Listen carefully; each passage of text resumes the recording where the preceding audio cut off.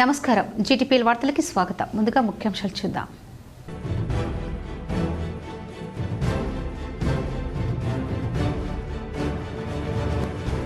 కరీంనగర్, నిజామాబాద్, ఆదిలాబాద్, మెదక్ పట్టభద్రుల ఎమ్మెల్సీ స్థానానికి కాంగ్రెస్ రెబల్ అభ్యర్థిగా నామినేషన్ దాఖలు చేసిన కాంగ్రెస్ మహిళా అధ్యక్షురాలు మంచికట్ల ఆశమ్మ.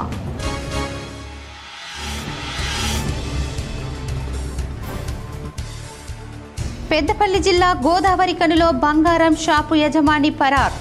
షాపు ఎదుట అప్పులు ఇచ్చి మోసపోయిన బాధితుల ఆందోళన.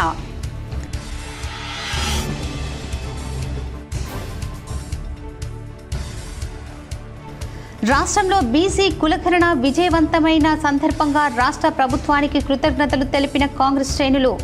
జగిత్యాల జిల్లా కోరుట్ల పట్టణంలో సీఎం రేవంత్ రెడ్డి మంత్రుల చిత్రపటాలకు పాలాభిషేకం.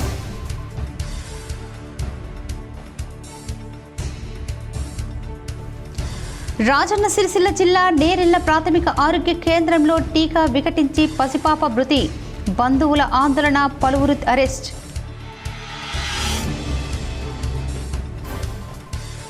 కాశీలోని శంకర మఠంలో శ్రీ శ్రీ శ్రీ జగద్గురు శంకరాచార్యుని దర్శించుకున్న ఆశీస్సులు పొందిన కేంద్ర మంత్రి బండి సంజయ్. కాంగ్రెస్ పార్టీ నిర్ణయాలను వ్యతిరేకిస్తే కఠినంగా వ్యవహరించాలని సీఎల్పీ సమావేశంలో సీఎం రేవంత్ రెడ్డి సూచించారు. హైదరాబాద్లోని మర్రి చెన్నారెడ్డి మానవ వనరుల అభివృద్ధి కేంద్రంలో సీఎం రేవంత్ రెడ్డి అధ్యక్షతన నిర్వహించిన సీఎల్పీ సమావేశం ముగిసింది. ఈ సమావేశంలో పలు కీలక నిర్ణయాలు తీసుకున్నట్లు ప్రకటించారు.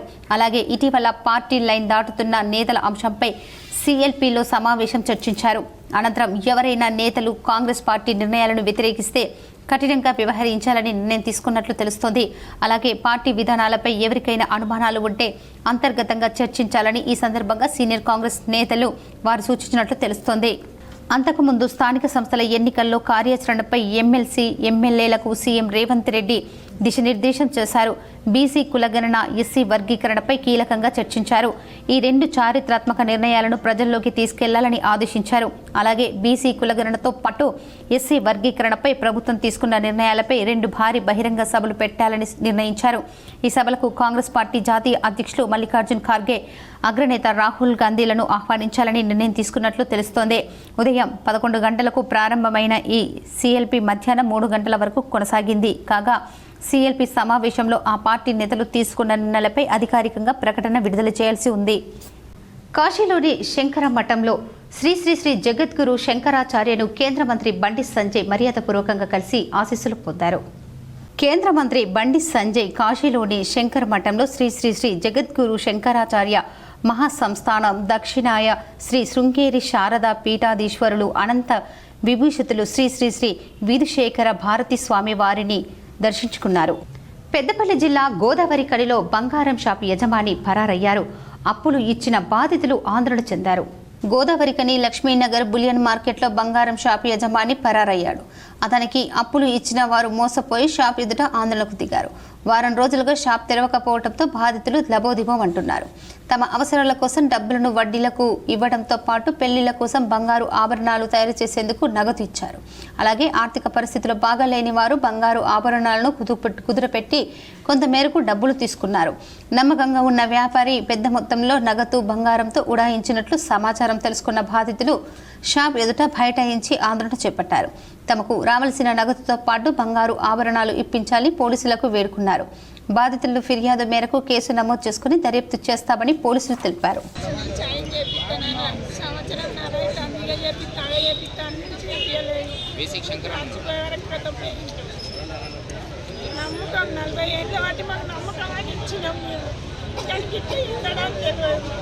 నా పేరు తాళ్ళపల్లి వెంకటేశ్వర్లు అండి. మా అమ్మాయి పెళ్లికి అని చెప్పేసి శ్రీనాథ్ జ్యువెలర్లో 12 తులాల బంగారము చెక్కు రూపకంగా 5 లక్షల రూపాయలు ఇవ్వడం జరిగింది. అయితే మాకేం చెప్పారంటే మేము ఆర్డర్ తీసుకున్న తర్వాత ఈరోజు ఇస్తా రేపు ఇస్తా అనుకుంటే 2 సంవత్సరాల నుండి తిప్పుకుంటున్నాడు ఆయన. ఎప్పుడు అడిగినా కానీ హార్ట్ ప్రాబ్లం వచ్చిందని అడ్మిట్ అయినామని చెప్పేసి మాకు ఆరోగ్యం బాగాలే అని 4 రోజుల తర్వాత ఇస్తా రేపు ఇస్తా మాపిస్తా అంటూ మమ్మల్ని కాల వ్యాపారం చేస్తూ జాప్యం చేస్తూ ఈ రోజు వరకు మాకు ఇవ్వకుండా ఆపుకుంటూ వచ్చిండు. ఇక నాకు ఇచ్చిన డేట్ ప్రకారం 1వ తేదీ నాడు ఇస్తారన్నారు. 1 దాటిపోయింది, 2 దాటిపోయింది, ఇక 5వ తేదీ కూడా దాటిపోయింది అని చెప్పేసి ఈ రోజు నేను వచ్చినాను. బంగారం మరి ఇస్తారని చెప్పేసి వచ్చేసరికి బోర్డు తీసేసిర్రు. మొత్తానికి అతను పారిపోయిన విషయం అయితే తెలుస్తుంది. ఏపీలోని విశాఖపట్నం కేంద్రంగా దక్షిణ కోస్తా రైల్వే జోన్ ఏర్పాటు కానుండటంతో ఆ ప్రక్రియ పూర్తయిన తర్వాత దక్షిణ మధ్య రైల్వే జోన్లో 3 రైల్వే డివిజన్లు హైదరాబాద్, సికింద్రాబాద్, నాందేడ్ మిగులుతాయి. ప్రస్తుతం ధామర్ రైల్వే జోన్లో 6 డివిజన్లు ఉండగా ఏపీలో కొత్త జోన్ ఏర్పాటు అనంతరం ఇక 3 డివిజన్లు ఉంటాయి. ధామర్ రైల్వేలో ఉన్న విజయవాడ, గుంటూరు, గుంతకల్లు డివిజన్లు కొత్త దక్షిణ కోస్తా జోన్లోకి వెళతాయి. కొత్త జోన్లలో ఈ 3తో పాటు విశాఖపట్నం డివిజన్ను నూతనంగా ఏర్పాటు చేసేందుకు రైల్వే శాఖ నిర్ణయించింది. ఈ మేరకు దక్షిణ కోస్తా రైల్వే జోన్ పరిధి సరిహద్దులతో సవరించిన డిపిఆర్ సిద్ధం చేయాలని రైల్వే బోర్డు ఆదేశించింది. ఈస్ట్ కోస్ట్ రైల్వే జోన్ ప్రత్యేక అధికారి ఓఎస్డీకి జనవరిలో ఆదేశాలు వెళ్లాయి. ఆంధ్రప్రదేశ్, తెలంగాణ పరిధిలోని విష్ణుపురం, పగిడిపల్లి, విష్ణుపురం, జాన్పహాడ్ మార్గాల్లోని 142 కిలోమీటర్ల మార్గం ఇప్పటివరకు గుంటూరు రైల్వే డివిజన్ పరిధిలో ఉంది.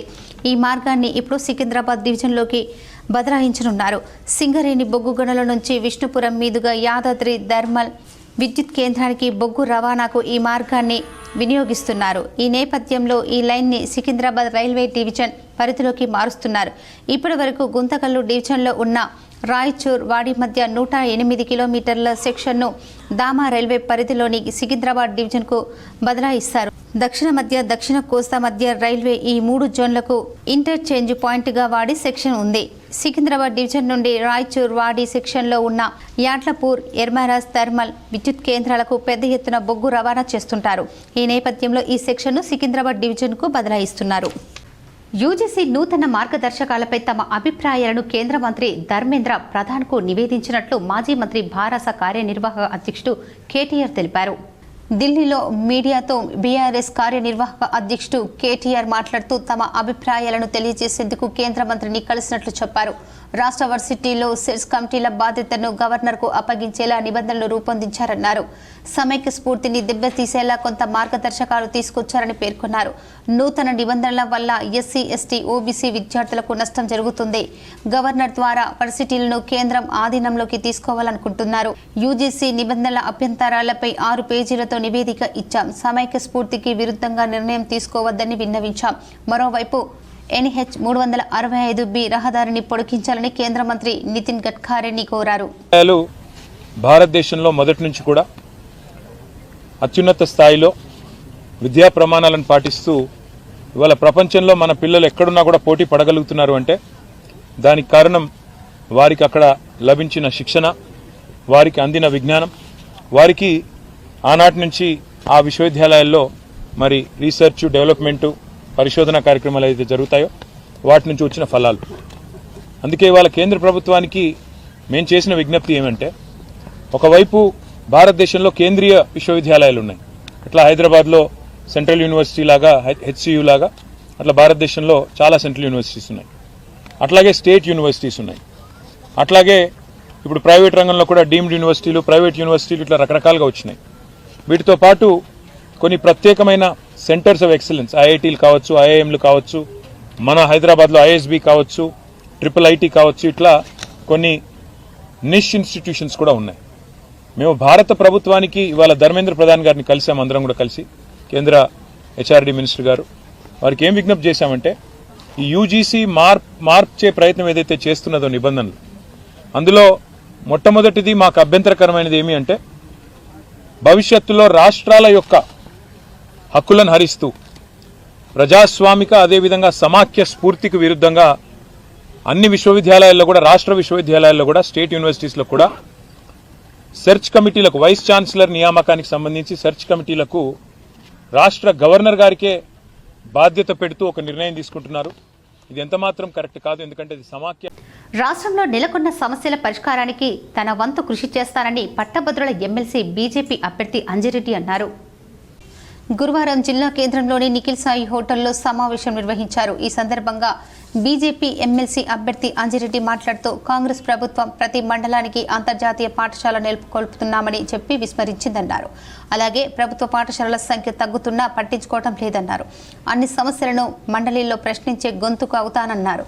అనంతరం ఎమ్మెల్యేలు పాయల్ శంకర్, ధన్పాల్ సూర్యనారాయణ గుప్తా, వెంకట్రామరెడ్డి, వారు మాట్లాడారు. ఈ కార్యక్రమంలో మాజీ ఎమ్మెల్సీ రామచంద్రరావు, జిల్లా అధ్యక్షుడు దినేష్ కులాచారి తదితరులు పాల్గొన్నారు. ప్రకటించిన సంగతి మీ అందరికీ తెలిసిందే. టీచర్ల సమస్యల మీద, అదేవిధంగా పట్టభద్రుల సమస్యల మీద గతంలో ఉన్నటువంటి టీఆర్ఎస్ పార్టీ కానీ, ఈరోజు రాష్ట్రాన్ని పరిపాలిస్తున్నటువంటి కాంగ్రెస్ పార్టీ కానీ, ఉపాధ్యాయుల సమస్యల మీద కానీ, పట్టభద్రుల సమస్యల మీద కానీ ఏ రోజు మాట్లాడింది లేదు. వాళ్ళకు ఉన్నటువంటి సమస్యల్ని పరిష్కారం చేసింది లేదు. ఉపాధ్యాయుల సమస్యలైనా, పట్టభద్రుల సమస్యలైనా భారతీయ జనతా పార్టీ గతంలో ఉన్నటువంటి టీఆర్ఎస్ ప్రభుత్వం పైన, ఈనాడు పరిపాలిస్తున్నటువంటి కాంగ్రెస్ ప్రభుత్వం పైన పోరాటం చేస్తున్నటువంటి పార్టీ కేవలం ఒక భారతీయ జనతా పార్టీ. ఆ రోజు కేంద్ర మంత్రి బండి సంజయ్ గారు ఈ రాష్ట్రంలో ఉన్నటువంటి ఉపాధ్యాయుల సమస్యల మీద, గత ప్రభుత్వం మీద పోరాటం చేసి కార్యకర్తలు, నాయకులు జైలుకు పోయినటువంటి సంగతి ఉపాధ్యాయ సోదరులారా మీ అందరికీ తెలుసు. ఉత్తర తెలంగాణలో పట్టభద్రుల టీచర్లు 2 ఎమ్మెల్సీ స్థానాలకు నేడు 15 మంది నామినేషన్లు దాఖలు. టీచర్స్ ఎమ్మెల్సీకి బీజేపీ అభ్యర్థిగా మల్కా కుమరయ్య నామినేషన్ వేశారు. కరీంనగర్, నిజామాబాద్, ఆదిలాబాద్, మెదక్ పట్టభద్రుల టీచర్ల 2 ఎమ్మెల్సీ స్థానాలకు ఈ రోజు 15 మంది నామినేషన్లు దాఖలు చేశారు. కరీంనగర్ కలెక్టరేట్లోని నామినేషన్ పత్రాలను ఎన్నికల రిటర్నింగ్ అధికారి కలెక్టర్ పమేలా సత్పతికి అందజేశారు. పట్టభద్రుల స్థానానికి 12 మంది, టీచర్ల ఎమ్మెల్సీ స్థానానికి 3 ఈ రోజు నామినేషన్ దాఖలు చేశారు. టీచర్ల ఎమ్మెల్సీ స్థానానికి బీజేపీ అభ్యర్థులు మల్కా కుమరయ్య నామినేషన్ దాఖలు చేశారు. బీజేపీ జిల్లా అధ్యక్షులు కృష్ణారెడ్డి తపస్ ఉపాధ్యాయ సంఘం ప్రతినిధులతో కలిసి కుమరయ్య నామినేషన్ దాఖలు చేశారు. అభ్యర్థుల నుంచి ఎన్నికల రిటర్నింగ్ అధికారి కరీంనగర్ కలెక్టర్ పమేలా సత్పతి నామినేషన్లు స్వీకరించారు. ఉపాధ్యాయ ఎమ్మెల్సీకి మెదక్ జిల్లా టేకుమల్ మండలం ఎల్లుపేట గ్రామానికి చెందిన మామిడి సుధాకర్ రెడ్డి, సంగారెడ్డి జిల్లా కొండాపూర్ మండలం న్యూ మల్కాపూర్కు చెందిన వై అశోక్ కుమార్ నామినేషన్ దాఖలు చేశారు.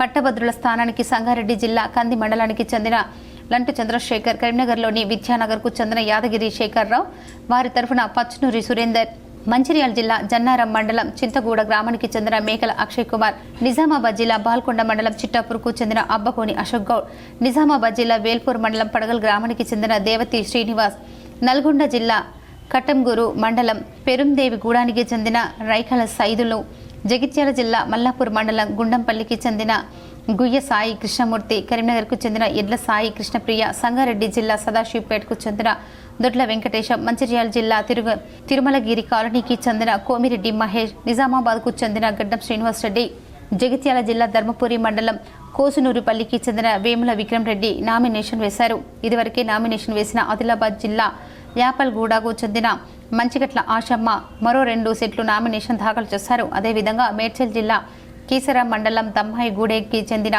సాయన్న మరో సెట్ నామినేషన్ సమర్పించారు. ఇప్పటివరకు పట్టభద్రుల ఎమ్మెల్సీ స్థానానికి 21 మంది టీచర్స్, ఎమ్మెల్సీ స్థానానికి 7 నామినేషన్లు వేశారు. కరీంనగర్, నిజామాబాద్, ఆదిలాబాద్, మెదక్ పట్టభద్రుల ఎమ్మెల్సీ స్థానానికి కాంగ్రెస్ రెబల్ అభ్యర్థిగా ఆదిలాబాద్ జిల్లా కాంగ్రెస్ మహిళా అధ్యక్షురాలు ఆశమ్మ నామినేషన్ దాఖలు చేశారు.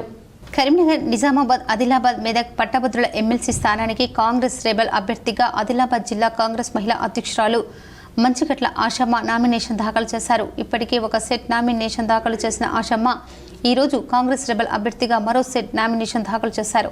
నామినేషన్ పత్రాలను ఎన్నికల రిటర్నింగ్ అధికారి కలెక్టర్ పమేలా సత్పతి అప్పగించారు. 30 ఏళ్లుగా కాంగ్రెస్ పార్టీ కార్యకర్తగా పనిచేస్తున్నారని, ప్రస్తుతం ఆదిలాబాద్ జిల్లా మహిళా కాంగ్రెస్ అధ్యక్షురాలిగా ఉన్నారని ఆశమ్మ తెలిపారు. ఇప్పటికే కాంగ్రెస్ అభ్యర్థిగా కాంగ్రెస్ అధిష్టానం ఆల్ఫోర్స్ నరేందర్ రెడ్డి పేరును ప్రకటించింది. నరేందర్ రెడ్డి రేపు నామినేషన్ దాఖలు చేయనున్నారు. 4 మంత్రులతో కలిసి 10న భారీ ర్యాలీతో మరో సెట్ నామినేషన్ వేయనున్నట్లు నరేందర్ రెడ్డి ప్రకటించారు. తాజాగా కాంగ్రెస్ రెబల్ ఆశమ్మ నామినేషన్ దాఖలు చేయడం చర్చనీయాంశంగా మారింది. మెదక్, నిజామాబాద్, ఆదిలాబాద్, కరీంనగర్ ప్రాంతాలకు మరి పట్టభద్రుల నామినేషన్ వేయడం జరిగింది.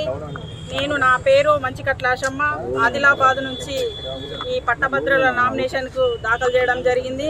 ఎందుకంటే 15 జిల్లాలకు సంబంధించింది 271 మండలాలకు గాను 42 కాన్స్టిట్యున్సీలకు ఒక ఎమ్మెల్సీగా పరిగణించబడ్డది. కాబట్టి ఆ నామినేషన్కు గ్రాడ్యుయేట్ కావడం, మరి ఆదిలాబాద్ నుంచి నేను కాంగ్రెస్ పార్టీ జిల్లా మహిళా అధ్యక్షురాలుగా పనిచేస్తున్నాను. అంతకు మొదలు నా చరిత్ర ఏంటంటే 1995లో నేను కాంగ్రెస్ పార్టీ మండల్ ప్రెసిడెంట్గా ఎంపీపీ కావడం జరిగింది.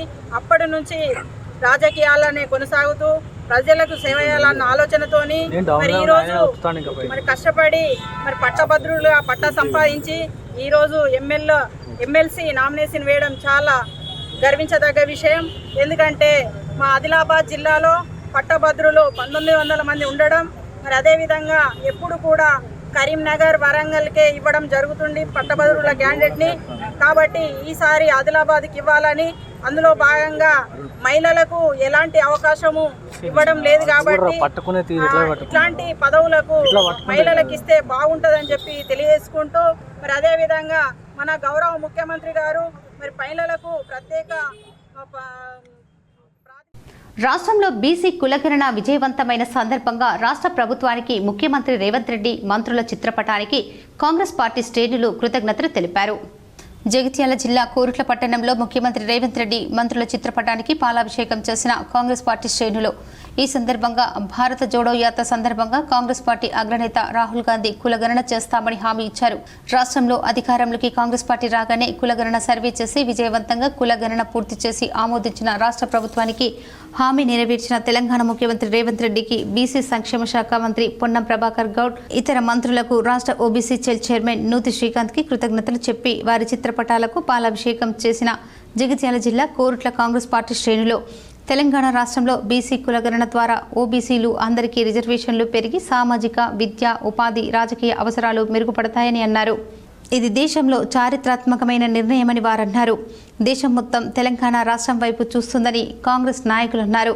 కాంగ్రెస్ పార్టీ ఆశాజ్యోతి అగ్రనేత రాహుల్ గాంధీకి, రాష్ట్ర ముఖ్యమంత్రి రేవంత్ రెడ్డికి, బీసీ సంక్షేమ శాఖ మంత్రి పొన్నం ప్రభాకర్ గౌడ్కి, సబ్ కమిటీ చైర్మన్ మంత్రి ఉత్తమ్ కుమార్ రెడ్డికి, ప్రచార కమిటీ చైర్మన్ మధు యాష్కి గౌడ్కి, రాష్ట్ర ఓబీసీ సెల్ కాంగ్రెస్ పార్టీ మంత్రి అధ్యక్షులు నూతి శ్రీకాంత్కి, ఎమ్మెల్సీ టి జీవన్ రెడ్డికి, ప్రభుత్వ విప్ లక్ష్మణ్ కుమార్కి, కోరుట్ల నియోజకవర్గ కాంగ్రెస్ ఇన్ఛార్జ్ జువ్వాడి నరసింహారావుకి, సీనియర్ కాంగ్రెస్ నాయకులు కృష్ణారావు కృతజ్ఞతలు తెలిపారు. ఈ కార్యక్రమంలో బీసీ సెల్ కాంగ్రెస్ పార్టీ జిల్లా అధ్యక్షుడు గడ్డం వెంకటేష్ గౌడ్, కోరుట్ల పట్టణ కాంగ్రెస్ అధ్యక్షులు తిరుమల గంగాధర్, కోరుట్ల మండల కాంగ్రెస్ పార్టీ అధ్యక్షులు కొంతం రాజం, బ్లాక్ కాంగ్రెస్ అధ్యక్షులు పెరుమాండ్ల సత్యనారాయణ, కోరుట్ల మండల బీసీసీఎల్ అధ్యక్షులు ముఖ్యర లింబాద్రి, మల్లాపూర్ మండల బీసీసీఎల్ అధ్యక్షుడు సురేష్, జిల్లా కిసాన్ కాంగ్రెస్ ప్రధాన కార్యదర్శి పోదుగంటి శంకర్ గౌడ్, నాయకులు Puppala Prabhakar, Emberi Nagabhushanam, single window chairman Elishetti Bhumareddy, Mortal Lakshminarayana, market committee vice chairman Venkatesh, Bhumaiah, Naresh, Rakesh, రిజర్వ్ రియాజ్, నరేష్, మంతెన గంగనర్సయ్య, జనీల్, జక్కుల రాజం, దేవయ్య, సంగని శంకర్, లక్ష్మీనారాయణ, పసుల కృష్ణప్రసాద్, సరికెళ్ల మల్లారెడ్డి, విట్టల రవీందర్ రెడ్డి తదితరులు పాల్గొన్నారు. భారత్ జోడో యాత్రలో దేశంలో ఉన్నటువంటి బీసీ కులగణన జరగాలని చెప్పి మన రాష్ట్రంలోకి భారత్ జోడో యాత్ర సందర్భంగా వచ్చినటువంటి కాంగ్రెస్ పార్టీ అగ్రనేత రాహుల్ గాంధీ గారు రాష్ట్రంలో కాంగ్రెస్ పార్టీ అధికారంలోకి వస్తే ఖచ్చితంగా తెలంగాణ రాష్ట్రంలో బీసీ కులగణన చేస్తామని మాట ఇచ్చారు. మాట ఇచ్చిన సందర్భంగా హామీని గుర్తు చేసుకొని ఈరోజు మన రాష్ట్ర ముఖ్యమంత్రి వర్యులు గౌరవనీయులు యనమల రేవంత్ రెడ్డి గారు వచ్చిన అతి కొద్ది కాలంలోనే బీసీల కులగణన సర్వే చేయించి బీసీ కులగణను విజయవంతంగా చేసి కేబినెట్లు ఆమోదించి దాన్ని విజయవంతంగా పూర్తి చేసిన సందర్భంగా ఈ రోజున జగిత్యాల జిల్లా కోరుట్ల నియోజకవర్గ పక్షాన రాష్ట్ర ప్రభుత్వానికి కృతజ్ఞతలు తెలుపుతా ఉన్నాం. అదేవిధంగా మరి దేశంలో ఎక్కలేని విధంగా ఈ రోజు దేశమంతా మన రాష్ట్రం వైపు చూస్తూ ఉన్నది.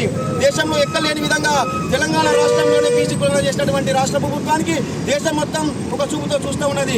దీనివల్ల కేంద్రం పైన కన్నా ఒత్తిడి వచ్చి దేశంలో కూడా వివిధ రాష్ట్రాలకు కూడా బీసీ కులగణన జరుగుతుందని చెప్తున్నాం.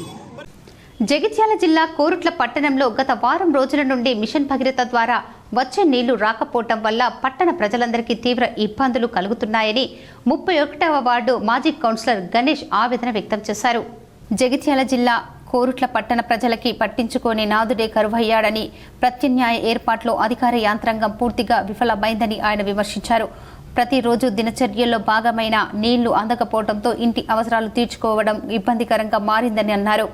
కోరుట్ల పట్టణంలో గత వారం రోజులుగా మిషన్ భగీరథ పైప్ లైన్లో మరమ్మతుల కారణంగా మున్సిపల్ నుండి 2 ట్యాంకర్ల ద్వారా నీటి సరఫరా చేస్తున్నారని, కానీ ఈ 2 ట్యాంకర్ల ద్వారానే ప్రజలకు అవసరమయ్యే నీటి ఎద్దడి తీర్చడం ఇబ్బందిగా మారిందని, పట్టణంలోని జనాభాని దృష్టిలో పెట్టుకుని ప్రజల దాహార్తిని తీర్చడానికి కోరుట్ల ఫుల్ వాగులోని పంప్ హౌస్ ద్వారా మిషన్ భగీరథ పైప్ లైన్లకి లింక్ కలిపి నీటి సరఫరా చేయడానికి ప్రత్యామ్నాయ ఏర్పాట్లు చేయాలని మున్సిపల్ అధికారులను ఆయన కోరారు. గత వారం రోజులుగా కొరుట్ల పట్టణ ప్రజలు తీవ్ర నీటి సమస్యను ఎదుర్కొంటున్నారు. ఏదైతే కొరుట్ల పట్టణ అధికారులు ప్రజలకు మిషన్ భగీరథ నీరు రావని చెప్పి గత నెల 31వ తారీఖు నాడు ఒక ప్రెస్ నోట్ ద్వారా తెలియజేశారు. 30వ తారీఖు 1వ నెల నుంచి 3వ డేటు 2వ నెల వరకు నీళ్ళ సరఫరా రాదు అని చెప్పి సోషల్ మీడియా ద్వారా ప్రెస్ నోట్ ద్వారా మాత్రమే తెలియజేశారు. 3వ డేట్ అయిపోయి 3 రోజులు గడుస్తున్నా కానీ కూడా ఇప్పటికీ ప్రత్యామ్నాయ ఏర్పాట్లు లేవు. పట్టభద్రుల ఎమ్మెల్సీ ఎన్నికల్లో సర్దార్ రవీందర్ సింగ్ గెలుపు ఖాయమని శాతవాహన యూనివర్సిటీ జేఏసీ వ్యవస్థాపక చైర్మన్ చెన్నమల్ల చైతన్య అన్నారు. నిజామాబాద్ జిల్లా కేంద్రంలోని ప్రెస్ క్లబ్లో మీడియా సమావేశంలో మాట్లాడుతూ రానున్న పట్టభద్రుల ఎమ్మెల్సీ ఎన్నికల్లో తెలంగాణ ఉద్యమకారుడు సర్దార్ రవీందర్ సింగ్ గెలుపు ఖాయమని శాతవాహన జేఏసీ వ్యవస్థాపక చైర్మన్ చెన్నమల్లు చైతన్య అన్నారు. ఉమ్మడి నిజామాబాద్లో ఉన్నటువంటి ఆర్మూర్, బోధన్, బాల్కొండ, నిజామాబాద్ అర్బన్ రూరల్ నియోజకవర్గంలోని పాఠశాలలు, కళాశాలలు పట్టభద్రులందరినీ కలిసి సర్దార్ రవీందర్ సింగ్కి మీ అండదండలు ఉండాలని కోరితే మేమందరం సర్దార్ రవీందర్ సింగ్ గెలుపు కోసం అంతా సిద్ధంగా ఉన్నామని, అతని యొక్క పథకాలు అద్భుతంగా ఉన్నాయని, కరీంనగర్ను స్మార్ట్ సిటీగా ప్రసిద్ధికెక్కడంలో తన యొక్క సేవలు చిరస్మరణీయంగా ఉన్నాయని, పట్టభద్రుల కోసం ₹1 జీవిత ప్రమాద బీమా పథకాన్ని 5 లక్షల వరకు వర్తింపజేసేలా తమ ముందుకు వస్తున్నాడు కనుక ప్రతి ఒక్కరూ అండదండగా ఉంటామని గ్రాడ్యుయేట్స్ అందరూ ముక్త కంఠంతో గొంతెత్తారు. కేసీఆర్ ప్రియ శిష్యులు రవీందర్ సింగ్ కరీంనగర్ మేయర్ ఉన్నప్పుడు ₹1 అంత్యక్రియలు, ఇంటింటికి నల్ల సరస్వతి ప్రసాదం ఇలాంటి కార్యక్రమాలను ప్రారంభించిన మనసున్న మహానేతర సర్దార్ రవీందర్ సింగ్ ప్రతి గ్రాడ్యుయేట్ ఆలోచించి మొదటి ప్రాధాన్యత ఓటు వేసి భారీ మెజార్టీతో గెలిపించాలని విజ్ఞప్తి చేశారు. ఈ కార్యక్రమంలో జేఏసీ నాయకులు మహేష్, ఆకినపల్లి నరేష్, బండ అశోక్, నితిన్, అరుణ్, ఉదయ్, ఓంకార్, సందీప్ తదితరులు పాల్గొన్నారు. రానున్న పట్టభద్రుల ఎమ్మెల్సీ ఎన్నికల్లో కేసీఆర్ గారి ప్రియ శిష్యులు శ్రీ సర్దార్ రవీందర్ సింగ్ గారు గెలవాలని శాతవాహన జేఏసీ ఆధ్వర్యంలో ఉమ్మడి నిజామాబాద్ జిల్లాలో ఉన్నటువంటి అర్బన్, రూరల్, బాల్కొండ, ఆర్మూర్, బోధన్ నియోజకవర్గాలలో ఉన్నటువంటి పట్టభద్రులందరూ కూడా మూకుమ్మడిగా గంపగుత్తగా ఓట్లేసి గెలిపించాలని. ఎస్సీల వర్గీకరణ చేపట్టి అసెంబ్లీలో ఆమోదించడంతో కరీంనగర్లో కాంగ్రెస్ పార్టీ ఆధ్వర్యంలో సంబరాలు నిర్వహించారు. ఎస్సీల వర్గీకరణ చేపట్టి అసెంబ్లీలో ఆమోదించడాన్ని హర్షిస్తూ కరీంనగర్లో కాంగ్రెస్ ఆధ్వర్యంలో మాదిగలు భారీ కృతజ్ఞత ర్యాలీ నిర్వహించారు. 30 ఏళ్ల సుదీర్ఘ పోరాటం ఫలించడంతో ఇక దళిత జెండాలన్నీ కాంగ్రెస్ గొడుగు కిందనేనని స్పష్టం చేశారు. కరీంనగర్లోని అంబేద్కర్ విగ్రహానికి కాంగ్రెస్ జిల్లా అధ్యక్షులు ఎమ్మెల్యే కవ్వంపల్లి సత్యనారాయణ, మాజీ ఎమ్మెల్యే ఆరెపల్లి మోహన్, సూడా చైర్మన్ నరేందర్ రెడ్డి, ప్రజా సంఘాల జేఏసీ చైర్మన్ గజ్జెల కాంతం పూలమాలలు వేసి నివాళులు అర్పించారు. అంబేద్కర్ విగ్రహం నుంచి బాబు జగజీవన్ రామ్ విగ్రహం వరకు ర్యాలీ నిర్వహించారు. డప్పు చప్పులతో ర్యాలీగా ముందుకు సాగి సంబరాలు జరుపుకున్నారు. ఎస్సీ వర్గీకరణ చేపట్టి ఆమోదించిన రాష్ట్ర ముఖ్యమంత్రి రేవంత్ రెడ్డి సబ్ కమిటీలలో సభ్యులుగా ఉన్న ఉమ్మడి కరీంనగర్ జిల్లా నుంచి ప్రాతినిధ్యం వహించిన రాష్ట్ర మంత్రులు పొన్నం ప్రభాకర్, శ్రీధర్ బాబు, మంత్రివర్గ సభ్యులకు యావత్ దళిత జాతి పక్షాన కృతజ్ఞతలు తెలిపారు. దేశానికి స్వాతంత్ర్యం తెచ్చింది కాంగ్రెస్ పార్టీ, తెలంగాణ రాష్ట్రం ఇచ్చింది కాంగ్రెస్ పార్టీ, ఎస్సీ వర్గీకరణ చేపట్టింది కాంగ్రెస్ పార్టీయేనని స్పష్టం చేశారు. ఊరి అవతల ఉన్న దళితులను ఊరి మధ్యలోకి తీసుకొచ్చి సగర్వంగా బతికేలా చేసింది కాంగ్రెస్ పార్టీ అని తెలిపారు. 1994 నుంచి మాదిగల వర్గీకరణ కోసం పోరాటం చేసిన మందకృష్ణ మాదిగ కృతజ్ఞతలు చెబుతూనే మందకృష్ణ మాదిగ ఎస్సీ వర్గీకరణకు కాషాయం రంగు మొలుపుతున్నారని విమర్శించారు. దళితుడికి జాతీయ కాంగ్రెస్ అధ్యక్షులుగా నియమించిన ఘనత కాంగ్రెస్ పార్టీకే దక్కుతుందన్నారు. దళితుడిని ముఖ్యమంత్రి చేస్తారని మాట తప్పిన పార్టీ బీఆర్ఎస్ అని ఆరోపించారు. దేశవ్యాప్తంగా ఎస్సీ వర్గీకరణ కులగణన చేసినప్పుడే బీజేపీ నేతలు దళిత వాడకు రావాలని డిమాండ్ చేశారు. వర్గీకరణ చేసిన సందర్భంగా డప్పు వాయిద్యాలతో మాకు ముఖ్యంగా ఉన్న ఇద్దరు దేవుళ్ళు అటు అంబేద్కర్ గారు కానీ అదేవిధంగా జీవన్ రామ్ గారికి డప్పు కళాకారులతో మాలమాదిగ సోదరులతో అన్ని వర్గాల ప్రజలతో ర్యాలీగా వచ్చి ఈరోజు వారికి పూలదండ వేయడం జరిగింది. విద్యార్థుల్లో పరీక్షలంటే భయాన్ని పోగొట్టేందుకు ప్రధాని ఈ ఏడాది ఫిబ్రవరి 10న పరీక్షపై చర్చ వినూత్నంగా నిర్వహిస్తారు. విద్యార్థుల్లో పరీక్షలంటే భయాన్ని పోగొట్టేందుకు ప్రధానమంత్రి ఏటా పరీక్షపై చర్చ కార్యక్రమాన్ని నిర్వహిస్తున్న సంగతి తెలిసిందే. ఈ ఏడాది కూడా ఫిబ్రవరి 10న ఢిల్లీలోని భారత్ మండపం టౌన్ హాల్లో ఏర్పాటు చేశారు. అయితే ఎప్పటి మాదిరిగా కాకుండా ఈసారి పరీక్షపై చర్చ 2025ను కొత్త ఫార్మాట్లో సరికొత్తగా నిర్వహించనున్నట్లు తెలుస్తోంది. ఈ ఏడాది ప్రధాని మోదీతో పాటు బాలీవుడ్ నటీనటులు, ఇతర రంగాల ప్రముఖులు కూడా ఇందులో పాల్గొనున్నట్లు అధికారులు వెల్లడించారు. సద్గురు జగ్గి వాసుదేవ్, నటీనటులు దీపికా పదుకొనే, విక్రాంత్ మన్సే, భూమి పడ్నేకర్, దిగ్గజ boxer Mary Kom, para athlete Avani, రచయిత Rujuta Diwekar, Edelweiss mutual fund CEO Radhika Gupta, మానసిక నిపుణురాలు Sonali Sabharwal, food farmer Revanth, Himmat Singka, technical Guruji Gaurav Chowdary వంటి ప్రముఖులు పాడ్కాస్ట్ ఎపిసోడ్స్ను ప్రదర్శిస్తున్నారు. వీరు తమ అనుభవాలను విద్యార్థులతో పంచుకొని వారిలో స్ఫూర్తిని నింపనున్నారు. పరీక్షపై చర్చ కోసం గత ఏడాది డిసెంబర్ 14న రిజిస్ట్రేషన్లు ప్రారంభం కాగా జనవరి 24 ఉదయం 10 గంటలకు దేశవ్యాప్తంగా 9.72 లక్షల మంది విద్యార్థులు, 1.1 లక్ష మంది టీచర్లు, 24,289 మంది తల్లిదండ్రులు రిజిస్టర్ అయినట్లు అధికారులు వెబ్సైట్లో పేర్కొన్నారు. ఈ ఈవెంట్లో పాల్గొనేందుకు 2,500 మందిని ఎంపిక చేస్తారు. వారికి కేంద్ర విద్యాశాఖ నుంచి పీపీసీ కిట్లు అందిస్తారు. పరీక్షపై చర్చలో పాల్గొనే వారికి ఎంపిక చేసేందుకు ఆన్లైన్ మల్టిపుల్ చాయిస్ ప్రశ్న, ఎంసీఓలతో పోటీ నిర్వహిస్తారు. ఎంపికైన విద్యార్థులు ప్రధానితో నేరుగా జరిగే చర్చా కార్యక్రమంలో పాల్గొంటారు. విద్యార్థులు అడిగిన ప్రశ్నలకు మోదీ సమాధానమిస్తారు. విద్యార్థులకు తగిన సూచనలు చేస్తారు. రాజన్న సిరిసిల్ల జిల్లా నేరెళ్ల ప్రాథమిక ఆరోగ్య కేంద్రంలో టీకా వికటించి పసిపాప మృతి చెందారు. బంధువులు ఆందోళన చెందారు. రాజన్న సిరిసిల్ల జిల్లాలో టీకా వికటించి 45 రోజుల పసిపాప మృతి చెందారు. వైద్యుల నిర్లక్ష్యమే కారణమంటూ బంధువులు ఆందోళనకు దిగారు. వైద్యులతో వాగ్వాదానికి దిగగా అడ్డుకునే ప్రయత్నం చేసిన పోలీసులపై తిరగబడ్డారు. పరిస్థితి ఉద్రిక్తంగా మారటంతో పలువురిని పోలీసులు అరెస్టు చేశారు. పాప మృతిపై కలెక్టర్ విచారణకు ఆదేశించి బాధిత కుటుంబానికి ప్రభుత్వం తరఫున 2 లక్షల రూపాయల చెక్కును ఆర్టీఓ ద్వారా అందజేశారు. తంగలపల్లి మండలం నేరెళ్ల ప్రాథమిక ఆరోగ్య కేంద్రంలో దాసరి లత రమేష్ దంపతుల 45 రోజుల పసిపాప మృతి చెందారు. టీకా కోసం ఆసుపత్రికి తీసుకురాగా డాక్టర్ చూసి టీకా వేయించారు. కాసేపటికి నిద్రలోకి జారుకున్న పాప ఇంటికెళ్లేసరికి కదలలేని స్థితికి చేరింది. కంగారు పడ్డ పేరెంట్స్ పాపను ప్రైవేట్ పిల్లల డాక్టర్ వద్దకు తీసుకెళ్లారు. పిల్లల డాక్టర్ చూసి పాప మృతి చెందిందని తెలిపారు. ప్రాథమిక ఆరోగ్య కేంద్రంలో టీకా వేసిన తర్వాతే పాప అస్వస్థతతో ప్రాణాలు కోల్పోయిందని భావిస్తూ పాప శవంతో ప్రాథమిక ఆరోగ్య కేంద్రానికి చేరుకొని ఆందోళనకు దిగారు. పాప మృతికి డాక్టర్ల నిర్లక్ష్యమే కారణమంటూ ఆసుపత్రి ముందు బైఠాయించి ఆందోళన వ్యక్తం చేశారు. టీకా ఇవ్వడంతోనే పాప మృతి చెందిందని కలెక్టర్ రావాలని డిమాండ్ చేశారు. వైద్యులపై చర్యలు తీసుకుని న్యాయం చేసే వరకు కదలమని భీష్మించారు. ఆసుపత్రి వద్ద పోలీసులు భారీగా మోహరించి ఆందోళనకారులను సమాధానించే ప్రయత్నం చేయగా పోలీసులపై ఆందోళనకారులు తిరగబడ్డారు. పోలీసులకు ఆందోళనకారుల మధ్య తోపులాట జరిగిన సంఘర్షణ వాతావరణం ఏర్పడి ఉద్రిక్తతకు దారితీసింది. దీంతో పోలీసులు ఆందోళనకు దిగి వారిని అదుపులోకి తీసుకున్నారు. మృతి చెందిన పాప కుటుంబ సభ్యులకు సంధాయించి న్యాయం చేస్తామని అధికారులు హామీ ఇచ్చిన ససేమీరా అంటూ కలెక్టర్ రావాలని ఆసుపత్రి వద్ద నుంచి కదలకపోవడంతో కలెక్టర్ సందీప్ కుమార్ ఝా విచారణకు ఆదేశించారు. కలెక్టర్ ఆదేశంతో ఆర్టీఓ రాధాబాయి ఘటనా స్థలానికి చేరుకొని విచారణ చేపట్టారు. ఆరోగ్య కేంద్రంలో సిబ్బంది నిర్లక్ష్యం ఉందని వెల్లడించారు. నివేదిక కలెక్టర్కు పంపించి బాధ్యులైన వారిపై చర్యలు తీసుకుంటామని హామీ ఇచ్చారు. కలెక్టర్ ఆదేశం మేరకు బాధిత కుటుంబానికి పరిహారం క్రింద ప్రభుత్వం తరఫున 2 లక్షల రూపాయల చెక్కును ఆర్డీఓ అందజేశారు. విధి నిర్వహణలో నిర్లక్ష్యం వహించిన వైద్యులతో పాటు సిబ్బందిపై చర్యలు తీసుకునే పనిలో అధికారులు నిమగ్నమయ్యారు. ఆ బేబీ వ్యాక్సినేషన్ వేసిన రోజే చనిపోవడం వల్ల సో వ్యాక్సినేషన్ ఎఫెక్ట్ అనేసి వాళ్ళు మమ్మల్ని మన మీద కంప్లైంట్ చేయడం జరుగుతుంది. ఆ విషయంలో మేము ఇన్యాక్టివ్ అయిపోయింది అనేసి వాళ్ళ తల్లిదండ్రులు ఏదైతే ప్రైవేట్ హాస్పిటల్స్ తీసుకెళ్లారో ఆ సార్తో కూడా మాట్లాడడం జరిగిందండి పిల్లల డాక్టర్తో. తను చెప్పిన హిస్టరీ ప్రకారం బేబీ తన హాస్పిటల్కి వచ్చేటప్పటికి చనిపోయింది అనేసి చెప్పేసి అయినప్పటికి కూడా ట్రై చేశారంట. సిపిఆర్ చేసి కొంచెం ప్రయత్నించారు.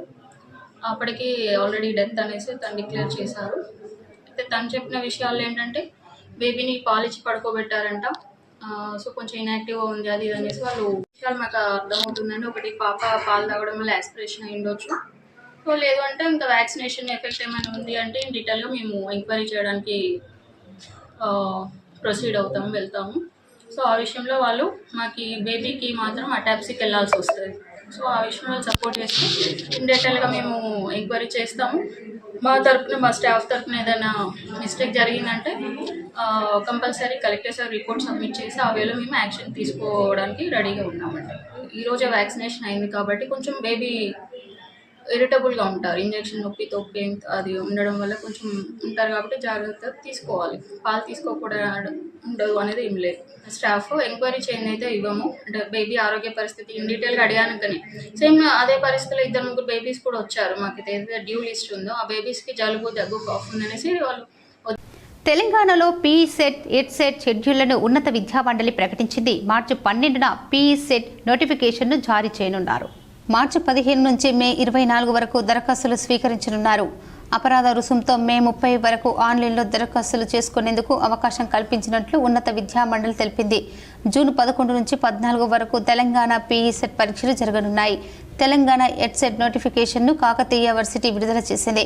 మార్చి 11న ఎడ్సెట్ నోటిఫికేషన్ విడుదల చేయనున్నారు.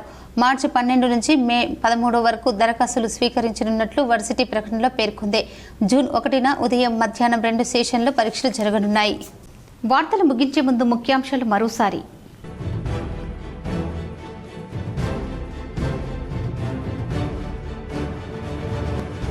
కరీంనగర్, నిజామాబాద్, ఆదిలాబాద్, మెదక్ పట్టభద్రుల ఎమ్మెల్సీ స్థానానికి కాంగ్రెస్ రెబల్ అభ్యర్థిగా నామినేషన్ దాఖలు చేసిన కాంగ్రెస్ మహిళా అధ్యక్షురాలు మంచికట్ల ఆశమ్మ.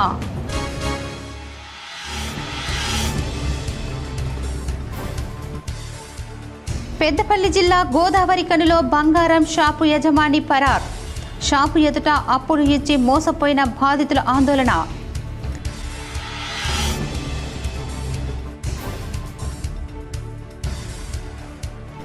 రాష్ట్రంలో బీసీ కులగణన విజయవంతమైన సందర్భంగా రాష్ట్ర ప్రభుత్వానికి కృతజ్ఞతలు తెలిపిన కాంగ్రెస్ శ్రేణులు. జగిత్యాల జిల్లా కోరుట్ల పట్టణంలో సీఎం రేవంత్ రెడ్డి మంత్రుల చిత్రపటాలకు పాలాభిషేకం.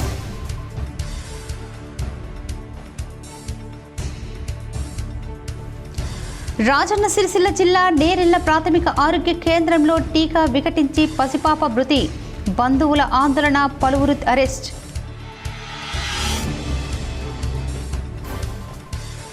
కాశీలోని శంకర మఠంలో శ్రీ శ్రీ శ్రీ జగద్గురు శంకరాచార్యుని దర్శించుకున్న ఆశీస్సులు పొందిన కేంద్ర మంత్రి బండి సంజయ్. ఈ వార్తలు ఇంతటితో సమాప్తం. తిరిగి ప్రసారమయ్యే వార్తల్లో మళ్ళీ కలుద్దాం. అంతవరకు చూస్తూనే ఉండండి మీ GTPL న్యూస్.